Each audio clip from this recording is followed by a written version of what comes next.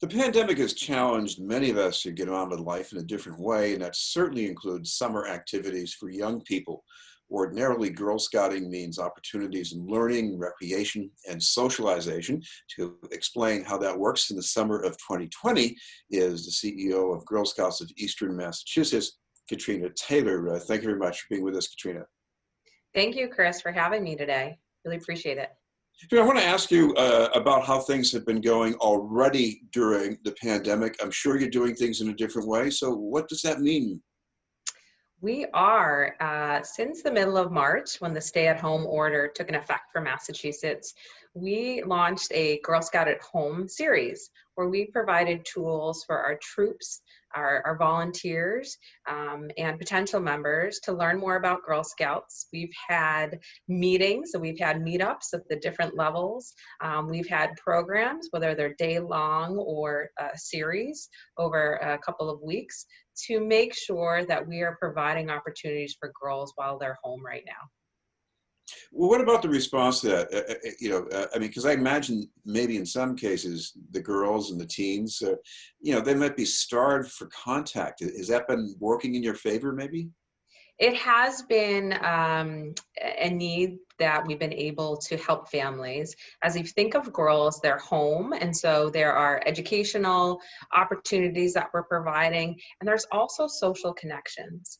Because girls are not in classrooms, they're not getting to share time with their peers. And so our programming, some of it bridges online with an in-home experience, but they get to be part of a circle of friendship, a circle of girls that they get to connect with on our many different programs. Now, you say circle of girls, but what about some of the other adults who might be involved? Do they help in some way too?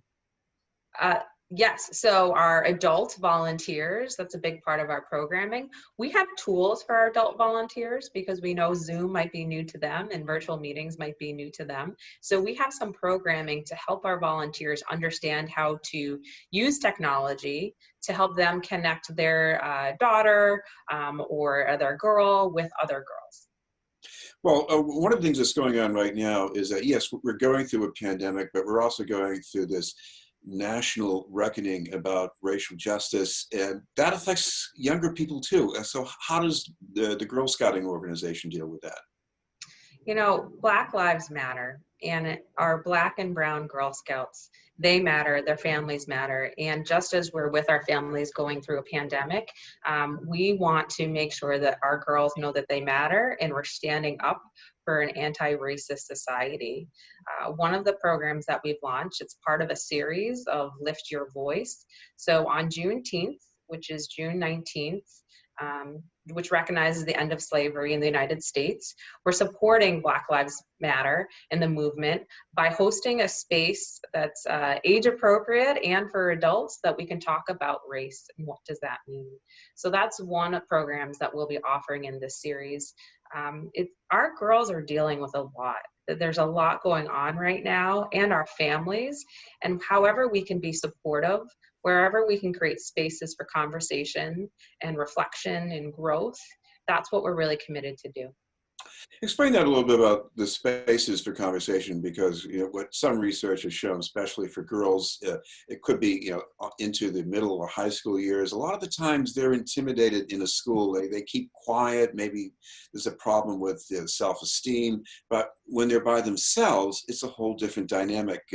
Explain how that works with Girl Scouts. Sure. So at Girl Scouts, we're committed to helping build girls of courage, confidence, and character who make the world a better place. And so at Girl Scouts, we have these all-girl spaces where girls can learn something new. They can try something new and not be afraid to fail. They can dust themselves off, pick themselves up in a very supported environment, a web of support, whether it's our staff and our programming or our volunteers that have gone through training and safety checks that will help girls as they grow and develop.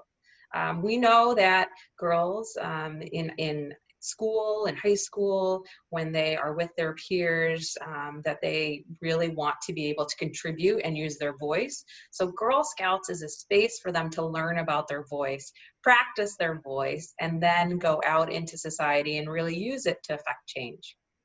Well, when I think of scouting, especially during the summer, I'm thinking of group activities outdoors. You can't exactly do it the same way this year. So, exactly what do you have in mind? Yes, as we think of what we're going through right now and the power of the outdoors, the power for nature and connecting with nature can be very helpful. And we are sad that we can't have our in-person camp experiences this summer due to the uncertainty of COVID. But we have come up with Camp Outside the Box. It's a camp remix that allows girls to have some limited screen time but activities where they can actually take part in their own home. So we have a 6-week series. So you sign up for 1 week at a time. You actually get a box sent to you full of activities that you can do throughout the week. And then there's an opportunity for connection with the camp community virtually so a girl can feel part of something bigger. Of course, camping, it's not just to get exercise. This is about, it could be a lot of things. It could be about Yeah. creativity, STEM learning.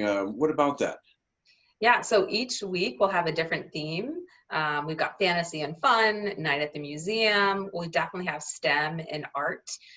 So there'll be exercises on learning how to make a rocket and rocket launching, outdoor cooking, creative writing, recycled art. So we really wanted to provide a way for a girl to still connect in the outdoors with activities and supplies that we send right to a girl, and they will be able to experience that this summer in a modified summer for everyone. We're going to see the effects throughout the summer, and we really want to be there for girls when they are going through this. What does this exposure to outdoors do for people? And it's not just girls. I mean, what do people get from that?